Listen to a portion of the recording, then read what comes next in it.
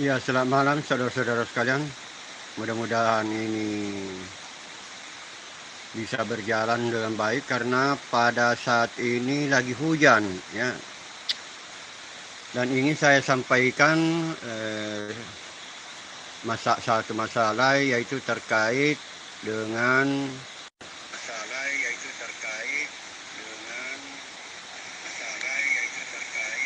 ya saya perhatikan dulu.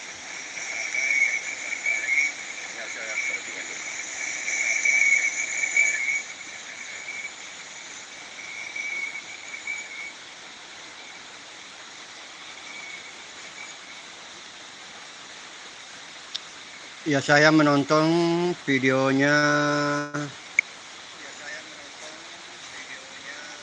salah satu video dari umat Kristen yang diberikan kepada saya untuk saya tanggapi ya.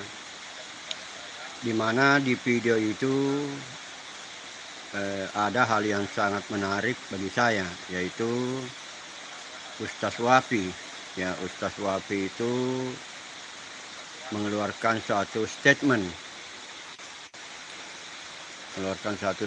di mana beliau mengatakan Tuhan perlu disertifikasi. ini mesti diluruskan saudaranya. Tapi sebelumnya saya ingin memperlihatkan dulu videonya ya, karena saya sempat tadi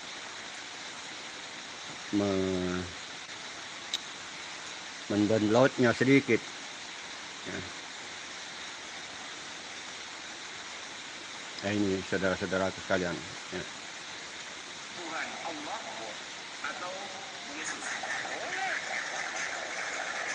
Tapi itu nanti akan cenderung debat kusir, nanti debat iman nanti. Kan kita kan kita gantian, nanti tinggal dibuktikan aja. Boleh, sangat boleh, sangat boleh.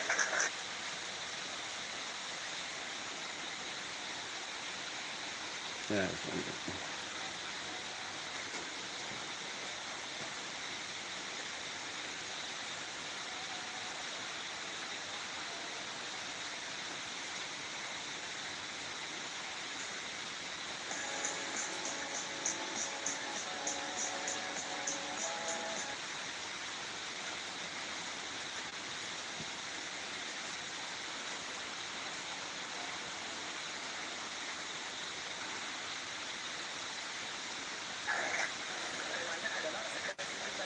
Siapa yang paling pantas menjadi Tuhan, Allah atau ya, sayang sekali saudara-saudaraku sekalian, suaranya kecil ya.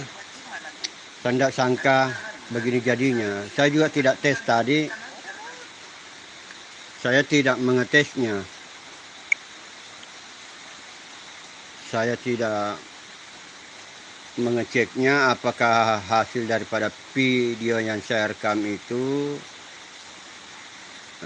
berjalan dengan baik.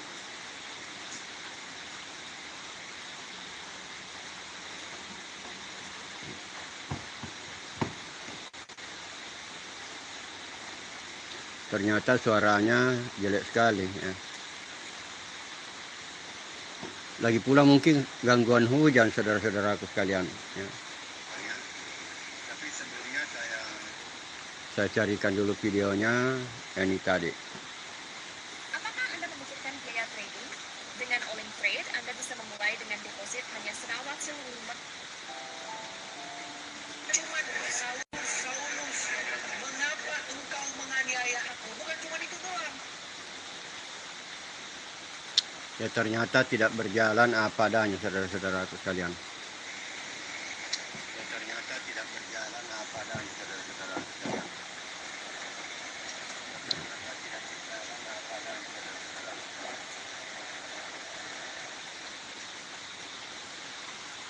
Jadi lebih baik saya tanggapi tanpa memperlihatkan datanya ya. Di mana Ustaz Wafi mengatakan Tuhan itu perlu disertifikasi.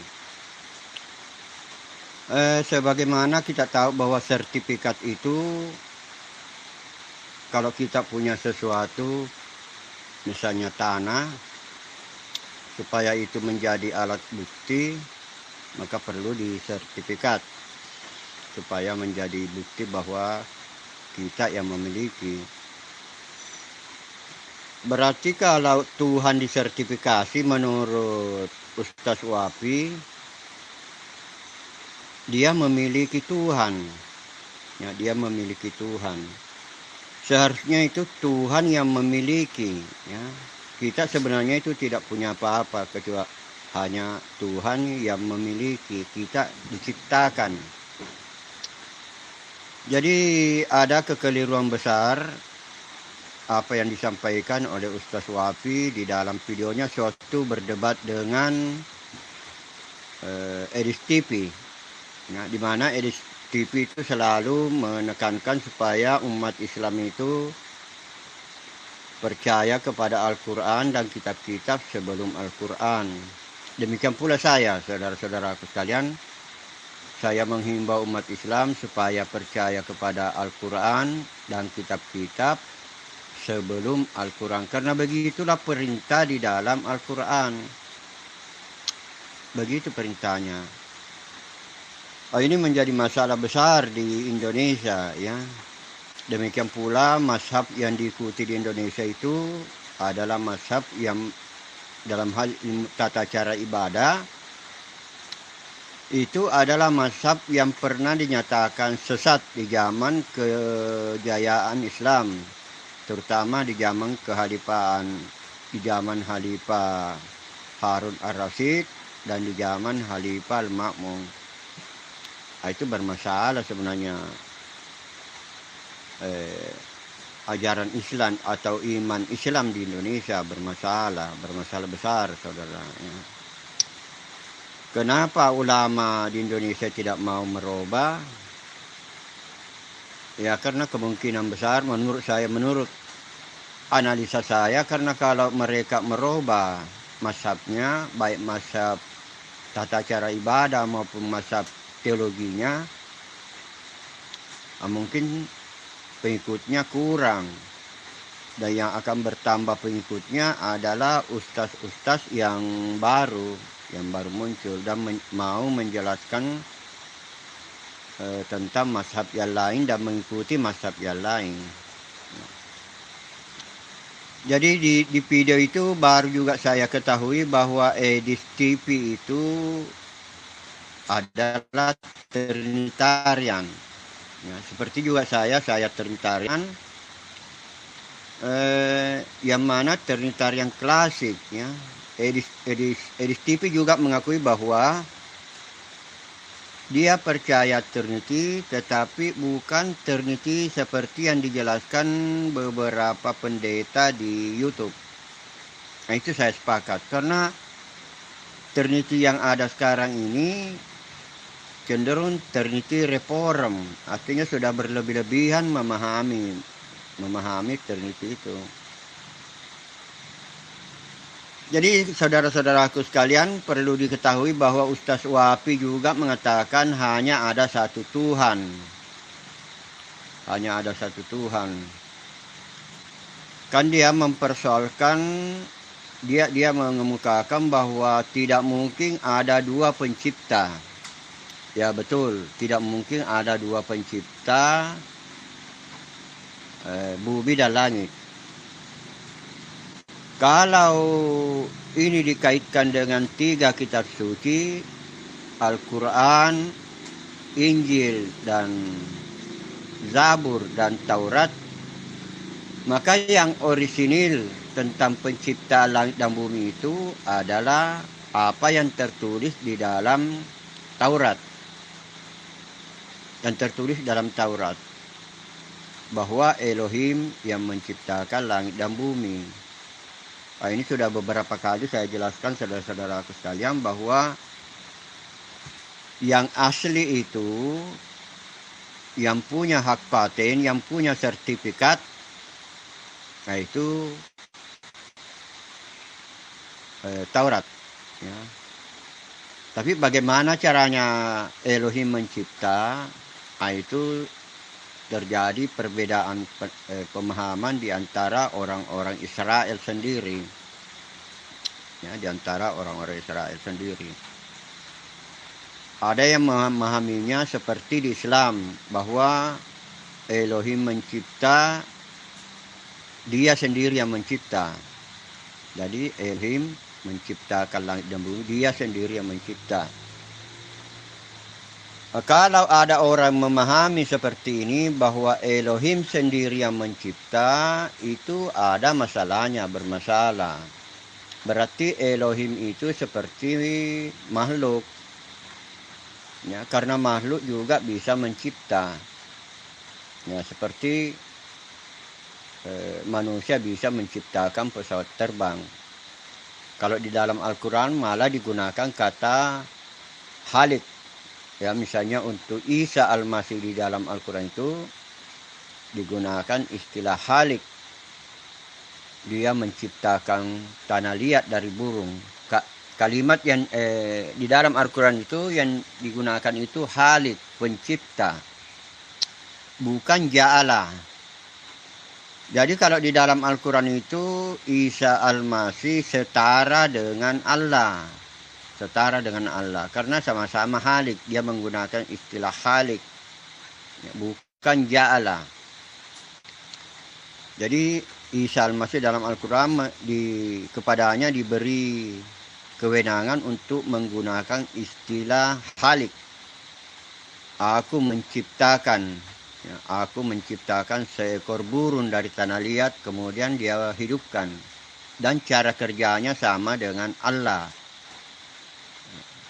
Jadi di dalam Al-Quran saja Isa Al-Masih itu setara dengan Allah. Cara kerjanya mencipta juga setara. Hanya berbeda besarnya. Kalau Allah di dalam Al-Quran menciptakan Adam. Adam lebih besar dari seekor burung. Nah, itu. Tapi cara kerjanya sama. Sama-sama benda mati bisa dihidupkan. Siapakah yang layak disertifikasi sebagai Tuhan? Ini pertanyaannya Ustaz Wafi ya kepada Edis TV. Di mana Ustaz Wafi berusaha menjadikan Allah sebagai Tuhan yang satu-satunya yang menciptakan langit dan bumi. Itu keliru saudaranya. Sebab sudah ada sertifikat sebelumnya bahwa Elohim yang menciptakan langit dan bumi. Jadi Al-Quran itu seperti yang biasa saya sampaikan, bahwa Elohim yang menciptakan langit dan bumi diterjemahkan menjadi Allah yang menciptakan langit dan bumi. Jadi Al-Quran itu kitab terjemahan, bukan kitab asli. Dan diakui di dalam Al-Quran dalilnya. Al-Quran kalam Allah, Al-Quran itu firman Allah, Arabian dijadikan berbahasa Arab. Tapi pada waktu Elohim di kitab Musa tidak ada istilah Allah. Yang ada Elohim dengan Adonai Elohim. Nah, itu yang ada di dalam perjanjian lama. Kalau di perjanjian baru itu Theos dengan Kurios. Tidak betul kalau Tuhan itu satu saudaranya. Yang satu itu sumbernya Tuhan.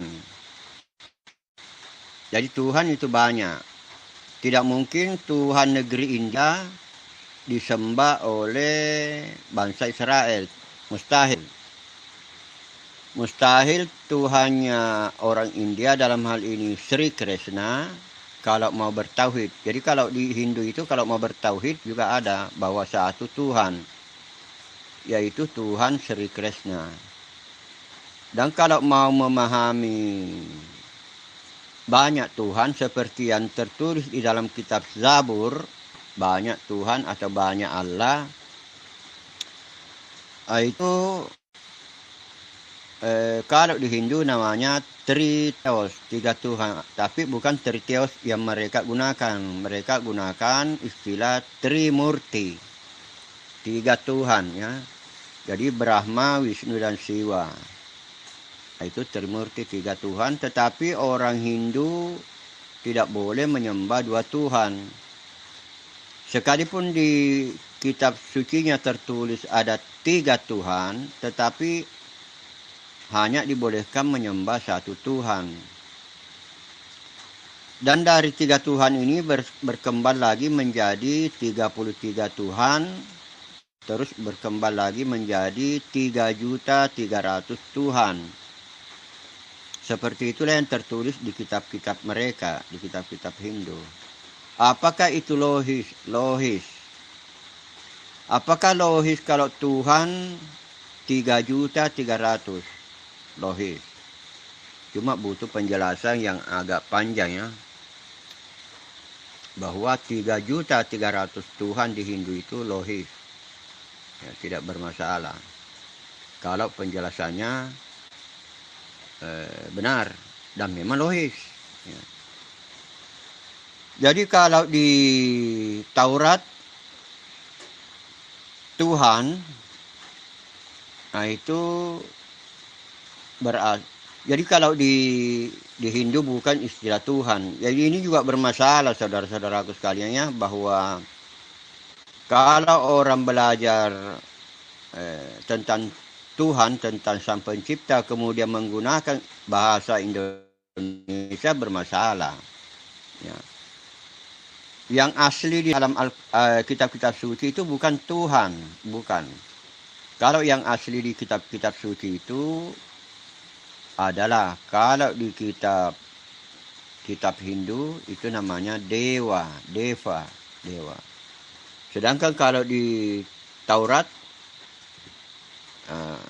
yang diutamakan adalah Adonai dan Elohim, Elohim dan Adonai. Nah, itu yang dipentingkan. Jadi tidak ada istilah Tuhan. Tuhan itu, jadi kalau berdebat dengan menggunakan istilah Tuhan bermasalah.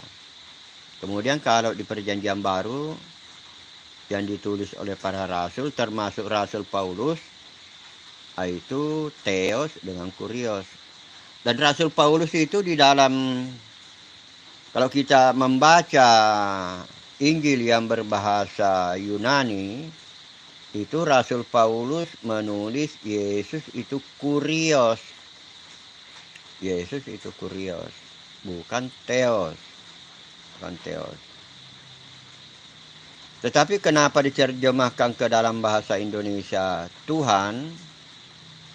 Nah itu karena bermasalah di bahasa itu sendiri. Jadi bahasa itu bermasalah. Semua bahasa selain dari bahasa kitab suci itu bermasalah. Termasuk bahasa Inggris. Ya, bahasa Inggris bermasalah. Misalnya di Perjanjian Lama, kalau Adonai Elohim atau Yod He Waw He yang disembah oleh Musa itu diterjemahkan menjadi God, itu bermasalah. Bermasalah. Jadi seharusnya diterjemahkan menjadi Lord. Ya. Kalau berdasar kepada bahasa Ibrani itu sendiri. Karena Adonai itu Tuhan. Jadi kalau diterjemahkan ke bahasa Inggris harus Lord. Demikian pula di Al-Quran. Kalau penterjemah Barat, orang-orang Islam Barat menterjemahkan Al-Quran, Rab di dalam Al-Quran yang diterjemahkan Tuhan di Indonesia, nah itu beda kalau orang Barat. Misalnya Yusuf Ali, ya. Nah, ini seorang ulama yang berbahasa Inggris yang menterjemahkan Al-Quran, Rab tidak diterjemahkan menjadi Tuhan atau Theos, tetapi diterjemahkan menjadi Lord, Rab bil alamin, Lord, bukan Tuhan. Bukan Tuhan itu Rab di dalam Al-Quran kalau terjemahannya berbahasa Inggris. Dan itu yang benar. Lord, Tuhan. Ya. Tuhan kalau di Indonesia ya harus Tuhan. Karena nilainya kalau di Indonesia Tuhan menjadi rendah. Tapi kalau Itulah sebabnya penting sekali bagi umat Islam untuk membaca-baca juga terjemahan Al-Quran berbahasa Inggris. Demikian pula terjemahan Al-Quran berbahasa Yunani. Nah, itu kurios juga. Rabbil Alamin itu kurios, bukan Theos. Jadi yang Theos di dalam Al-Quran itu adalah yang Allah, itu yang Theos. Tapi kalau Rabbil Alamin kurios. Nah, dan menjadi masalah di Al-Quran. Karena Musa di Al-Quran, Allah berbicara kepada Musa. Nah, kalau kita membaca literatur yang memang bersumber dari bahasa Ibrani, itu Lord. Berarti Allah di dalam Al-Quran, Lord juga. Jadi malah ada dua Lord kalau di dalam Al-Quran. Allah adalah Lord, Rab juga adalah Lord. Bahkan menurut Unitarian, ya malaikat Tuhan kalau yang berbicara kepada Musa. Karena Unitarian tidak mau mengatakan Tuhan yang berbicara kepada Musa. Allah yang berbicara kepada Musa. Atau Bapa yang berbicara kepada Musa. Ya. Atau Tuhan Yod-He-Waw-He yang berbicara kepada Musa. Dia orang Unitarian tidak mau. Jadi terkadang itu saya lihat ada pendebat-pendebat Islam, dia seakan-akan mau berkawan dengan Unitarian. Karena Unitarian juga mengakui bahwa Yesus bukan Tuhan, hanya malaikat Tuhan. Hanya malaikat Tuhan. Mirip dengan saksi Yehova. Mirip dengan saksi Yehova. Jadi kalau saksi Yehova dan Unitarian, ilmunya saksi Yehova dan Unitarian yang mau dibawa ke Al-Quran bermasalah. Allah menjadi lebih rendah. Yang berbicara kepada Musa malah bukan Allah. Tapi kalau di Al-Quran, Allah berbicara kepada Musa. Nah itu. Jadi kepada pendebat-pendebat Islam, hati-hati berteman dengan seakan-akan mengajak. Karena pernah saya lihat itu dulu ya.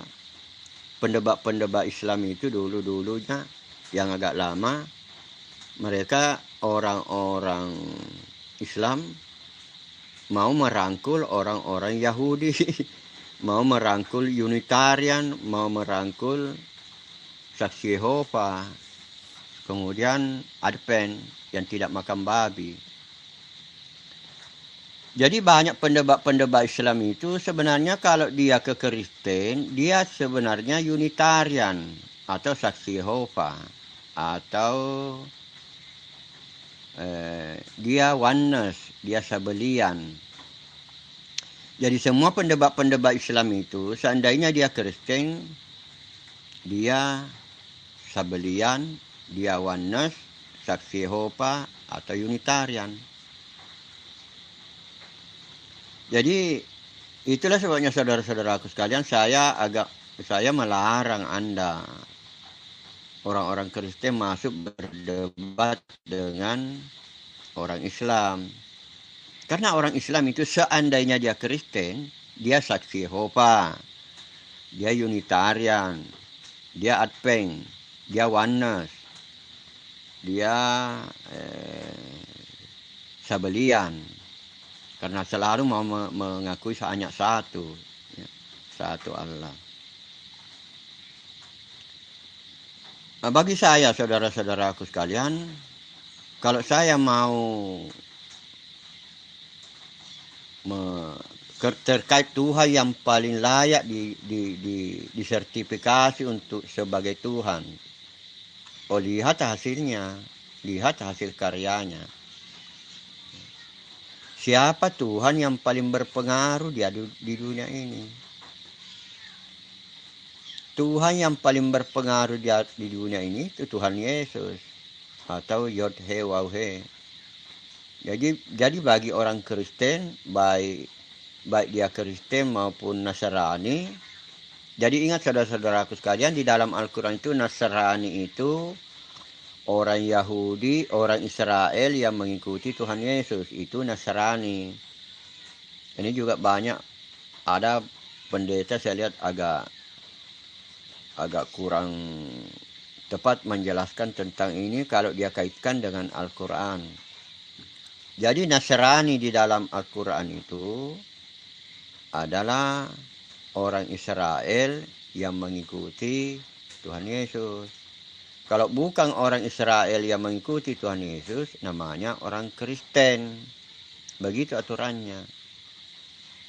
Ya. Kenapa dibedakan Nasrani dengan Kristen? Karena sekalipun orang Yahudi itu sudah mengikuti Tuhan Yesus, ya pada waktu itu mereka masih sangat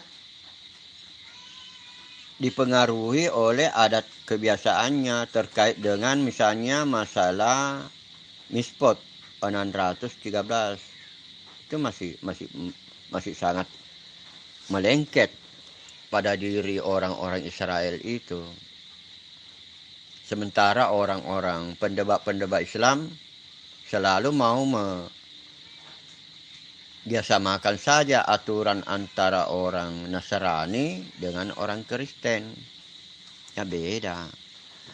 Jadi Paulus lebih tahu perjanjian lama daripada pendebat Islam itu. Paulus lebih tahu adat istiadat, lebih tahu bahasa Ibrani, tahu bahasa Yunani. Rasul Paulus. Ada orang Islam yang mengkritik Paulus. Jadi saudara-saudaraku sekalian, tetaplah yakin bahwa apa yang disampaikan oleh Rasul Paulus itu sudah benar. Memang harus dibagi. Lain orang Yahudi, lain orang Israel, lain orang non-Israel. Tuhan yang layak disertifikasi, kalau memang Tuhan mau disertifikasi, ya Tuhan Yesus. Karena Tuhan Yesus yang paling besar pengaruhnya di dunia ini. Umatnya lah Tuhan Yesus yang menguasai Amerika. Ya. Kalau umatnya Tuhan negeri Mekah, yang dia kuasai itu sampai hari ini adalah Konstantinopel, Turki. Itu tidak seberapa nilainya. Ya. Dibanding dengan menguasai Amerika. Dengan menguasai Amerika, umatnya Tuhan Yesus menguasai angkasa luar. Ya. Jadi angkasa luar dikuasai oleh umatnya Tuhan Yesus. Sementara umatnya Tuhan negeri Mekah tidak seperti. Malah kalah. Tuhan negeri Mekah itu kalah kecerdasan dari Tuhannya orang Hindu. Kalah. Dari segi sains. Dan pernah kalah perang juga Tuhan negeri Mekah. Pada waktu itu umat Islam menguasai India ya, dengan kerajaan Mughal. Tapi pada akhir-akhir pada masa-masa keruntuhannya, menjelang keruntuhannya kerajaan Islam Mughal di India, ada seorang ulama yang mempengaruhi raja pada waktu itu. Yang persis sama dengan di Indonesia dengan Habib Rizik itu. Mau berusaha meruntuhkan patung-patung di Bali. Ya. Jadi pada waktu di zaman menjelang runtuhnya kerajaan Islam Mughal yang begitu megah, yang begitu makmur, akhirnya runtuh juga gara-gara ada ulama yang mengusulkan kepada raja untuk menghancurkan patung-patung di India, patung-patungnya orang Hindu. Terusir, runtuh itu kerajaan Islam. Karena Tuhannya orang Hindu itu bangkit melawan, mempengaruhi umatnya untuk melawan Tuhan negeri Mekah. Inilah yang saya maksudkan perang antara dewa. Seandainya dibawa persoalan ini ke masalah keajaran Hindu. Jadi Tuhan negeri Mekah melawan Tuhan negeri India. Lain Tuhannya itu, lain. Tidak sama Tuhannya. Dan lain surganya. Lain surganya itu orang Hindu. Tidak seperti surganya Nabi Muhammad. Tidak seperti surganya Tuhan negeri Mekah. Beda sekali, beda. Beda penjelasannya surga di ajaran Hindu dengan surga di Islam. Itu kadang-kadang orang Islam terlalu sombong dengan surganya, terlalu sombong dengan nama Allah. Jadi saudara-saudaraku sekalian, nama Allah itu nama terjemahan. Nama terjemahan. Jadi kemarin saya lihat itu tadi kemarin malam Pak Don Ditang ada memualafkan orang. Ada seorang Kristen, wanita Kristen bingung mempelajari ajaran Kristen terkait dengan masalah ibadah. Masalah ibadah. Ya mungkin dia heran umat Islam banyak ibadah, rajin ibadah, ada masjid. Sehingga dia merasa tidak bisa selamat karena tidak beribadah orang Kristen di Indonesia. Padahal memang beda saudara. Dia juga mempelajari masalah Kristen Ortodoks. Ya, bahwa kalau Kristen Ortodoks itu memang salat 7 kali sehari semalam. Tapi kenapa dia tidak ikut ke situ? Ya, kalau cuma masalah ibadah. Nanti kalau dia mempelajari Islam, wanita itu mempelajari Islam, dia akan menemukan bahwa masalah-masalah ibadah di Islam juga itu bermasalah. Coba Anda perhatikan negara Maroko. Maroko itu beda Islamnya dengan Indonesia terkait dengan ibadah. Beda caranya sholat. Beda aturan-aturan sholat di Maroko dengan di Indonesia beda. Beda lagi dengan yang bermazhab Hanafi, Imam Abu Hanifah. Kalau di Maroko itu Imam Malik. Tapi kalau di negara-negara dekat Uni Soviet, jajahan Uni Soviet dulu itu kebanyakan Hanafi. Yang mirip dengan Kristen. Tidak terlalu ditekankan itu salat. Tidak terlalu. Ya. Jadi kalau sudah ada orang salat, yang lain tidak usah salat. Apakah ada dalilnya dalam Al-Quran? Wah, ada dalilnya dalam Al-Quran. Jadi Imam Abu Hanifah itu lain pemahamannya tentang salat. Ya, kalau bukan Imam Abu Hanifah, murid-muridnya yang mengeluarkan aturan tata cara salat. Beda sekali tata cara salat Imam Abu Hanifah dengan Imam Syafi'i, beda. Sangat jauh beda. Termasuk hukum-hukum. Jadi saudara-saudaraku sekalian,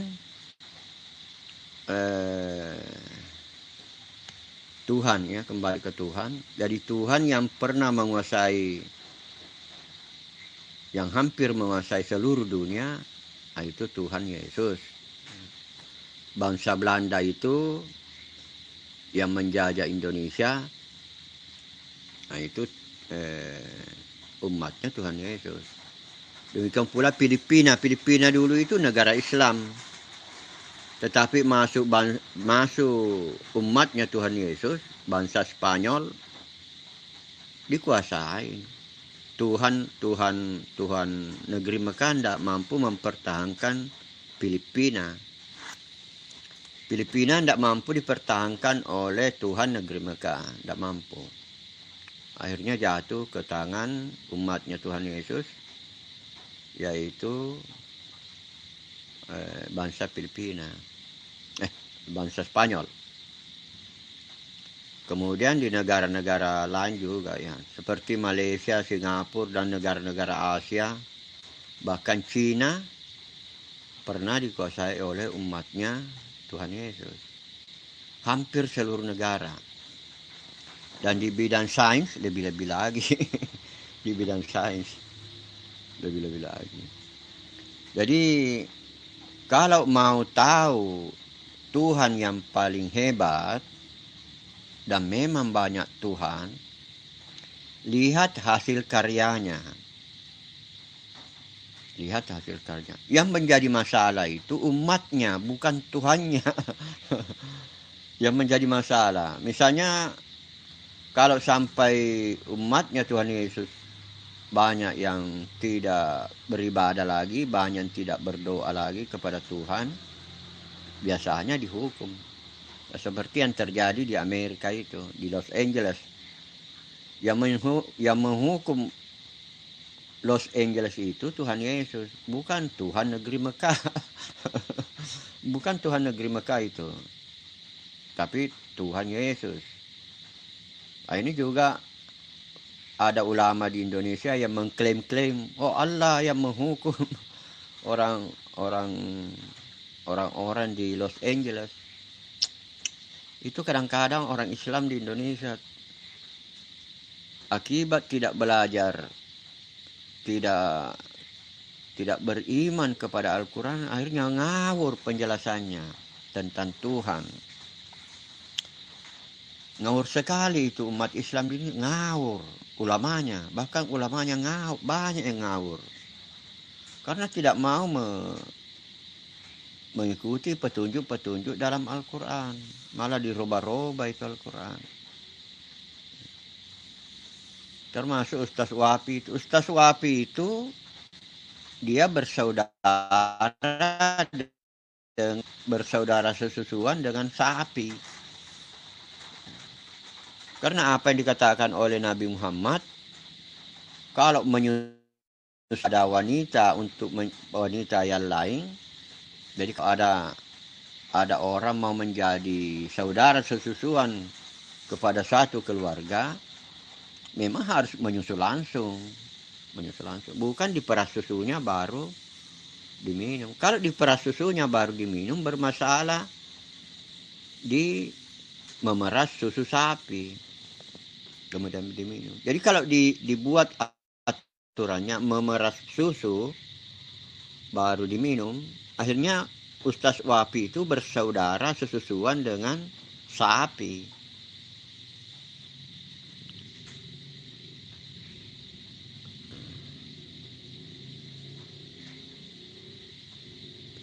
Ya, begitu saudara-saudaraku sekalian, penekanan bahwa yang perlu Anda ketahui, banyak Tuhan. Jangan percaya satu Tuhan, enggak. Banyak Tuhan.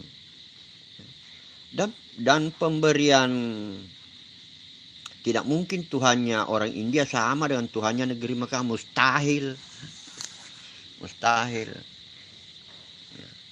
Jadi siapakah yang menciptakan langit dan bumi? Ya cari sendiri. Kalau kau mau percaya Allah, ya Allah. Kalau kau mau percaya Elohim, ya Elohim yang menciptakan langit dan bumi. Memang satu saja Tuhan yang menciptakan langit. Tapi kitab suci yang mana yang paling benar? Kitab suci yang mana yang paling benar? Lihat buahnya, atau lihat Tuhan yang paling besar pengaruhnya. Itulah yang menciptakan langit dan bumi. Yang lain-lain itu Tuhan-Tuhan yang baru dimunculkan.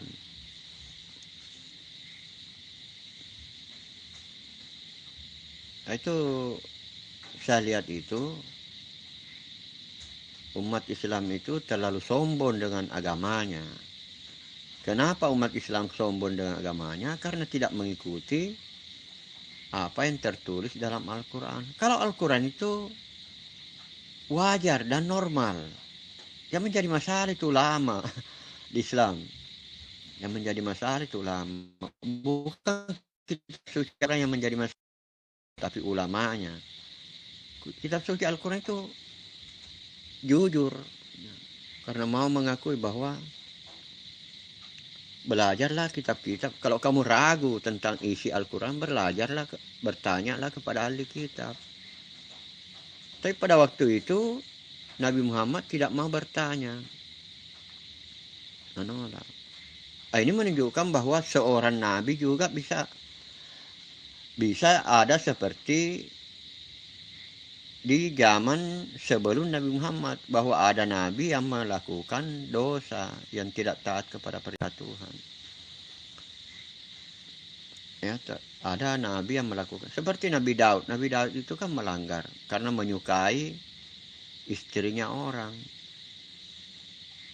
Jadi kalau Nabi Muhammad, yang menjadi masalah itu di ulama di Islam tidak mau mengakui bahwa Nabi Muhammad melakukan dosa, tidak mau. Selalu maksum. Padahal kalau mereka mau membaca kitab, Nabi juga melakukan dosa. Nabi juga berbuat dosa. Tapi tetap dia diangkat sebagai Nabi oleh Tuhan. Nabi berbuat dosa. Yang menjadi masalah itu, kalau di Islam, Nabi Muhammad tidak ada dosanya. Wah, di sejarah Nabi sebelumnya ada Nabi yang dihukum. Termasuk di Islam itu sangat mengandalkan salat. Padahal Khalifah Umar itu mati ditikam dalam keadaan salat. Jadi salat di Islam itu tidak ada semacam efek kayak ada kekuatan magiknya, ada kekuatan supranaturalnya salat itu. Di Islam sahabatnya Nabi Umar itu dalam keadaan salat ditikam oleh lawan-lawan politiknya. Ditikam. Padahal salat. Demikian pula membaca Al-Quran. Kalau ulama di Indonesia itu seakan-akan kalau kita membaca Al-Quran luar biasa. Baca Al-Quran luar biasa. Tetapi Khalifah Utsman sementara baca Al-Quran dibaca. Jadi pada waktu seseorang membaca Al-Quran itu setan tidak lari. Tidak lari.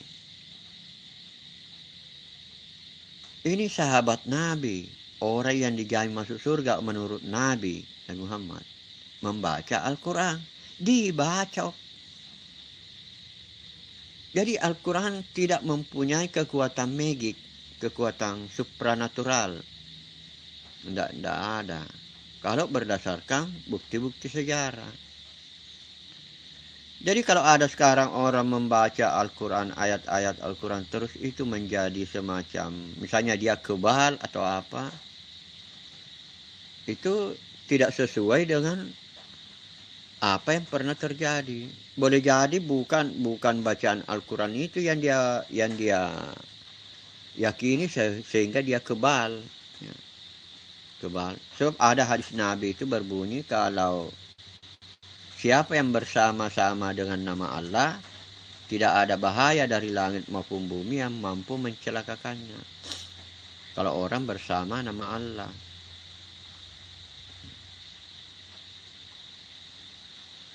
Ya saya rasa itu saudara-saudaraku sekalian bahwa Ustaz Wapi itu tidak terlalu paham juga ya. Jadi kalau Ustaz Wapi meyakini bahwa Tuhan satu, itu dia melawan satu kitab di dalam Al-Quran. Di dalam Al-Quran itu Allah yang menurunkan Zabur. Allah yang menurunkan Zabur. Sedangkan di dalam kitab Zabur Sedangkan di dalam kitab Sabur itu penjelasannya tentang Tuhan itu banyak, Allah itu banyak. Bahkan Musa pernah diberi gelar sebagai Allah. Jadi kalau orang ulama mau membaca Alkitab, dia tidak akan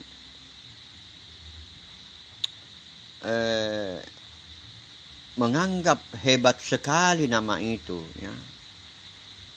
Luar biasa sekali. Tidak luar biasa, saudara. Nama Allah itu benar dan wajar, bukan terlalu dipuji-puji sampai setinggi langit. Tidak seperti itu. Dan itu diakui di dalam Al-Quran bahwa Allah itu nama, Bismillah, dengan nama Allah. Nama, bukan membicarakan tentang satu oknum. Jadi umat Islam itu seharusnya mencari siapakah yang bernama Allah ini. Bukan fokus kepada nama itu Allah. Karena Al-Quran mengajarkan orang yang beriman, orang yang percaya kepada Al-Quran dan kitab-kitab sebelum Al-Quran. Jadi cari juga Tuhan, cari juga siapa itu Allah di dalam perjanjian lama atau perjanjian baru. Jadi salah satu permasalahan besar di Indonesia itu adalah ulama dan umat Islam tidak mau mencari siapa itu Allah berdasarkan petunjuk dari Al-Quran. Ya, saya lihat dulu apakah ada yang bertanya di sini di kolom komentar.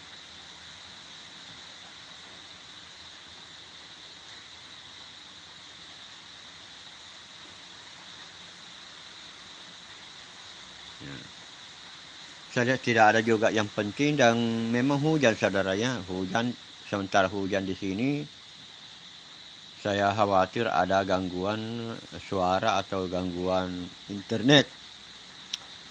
Jadi mudah-mudahan apa yang saya sampaikan pada malam ini bermanfaat untuk umat Islam, bermanfaat juga umat Kristen. Jadi kepada saudara-saudaraku yang Islam, supaya membaca Al-Quran dan taat kepada dan mengikuti pikiran-pemikiran yang ada dalam Al-Quran. Jangan ikuti ulama, jangan terlalu banyak ikut ulama. Ikuti cara berpikirnya Al-Quran. Termasuk nasihat saya kepada Ustaz Wafi supaya mengikuti cara berpikirnya Al-Quran. Di dalam Al-Quran itu jelas dikatakan Nabi Muhammad tidak mampu mendatangkan kebaikan dan menolak keburukan. Apalagi kalau cuma ulama.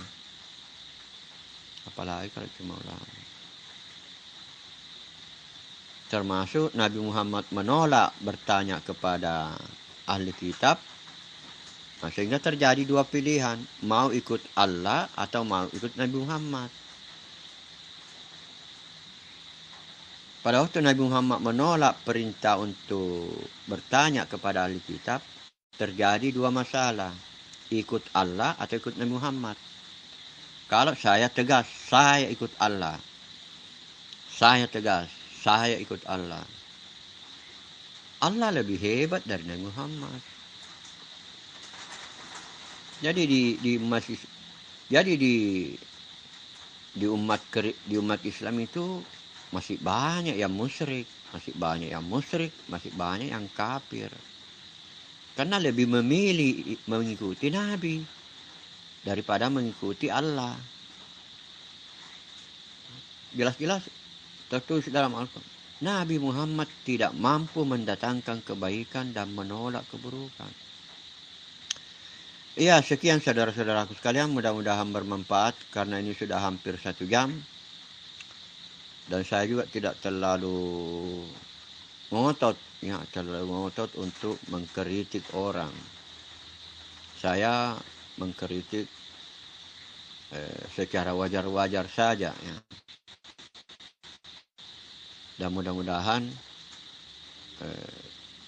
dan ada satu pertanyaan saya itu yang masih menggelitik sampai sekarang, ya.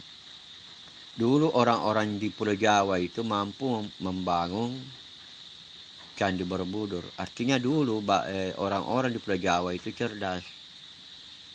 Kenapa mendadak goblok?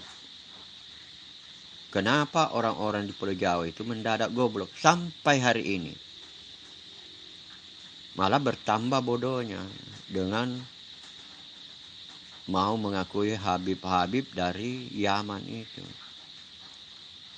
Habib-Habib dari Yaman itu tidak mampu menyelamatkan dirinya sendiri.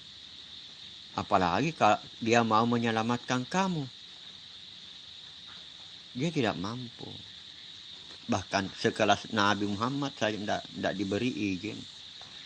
Kalau dalam Al-Quran.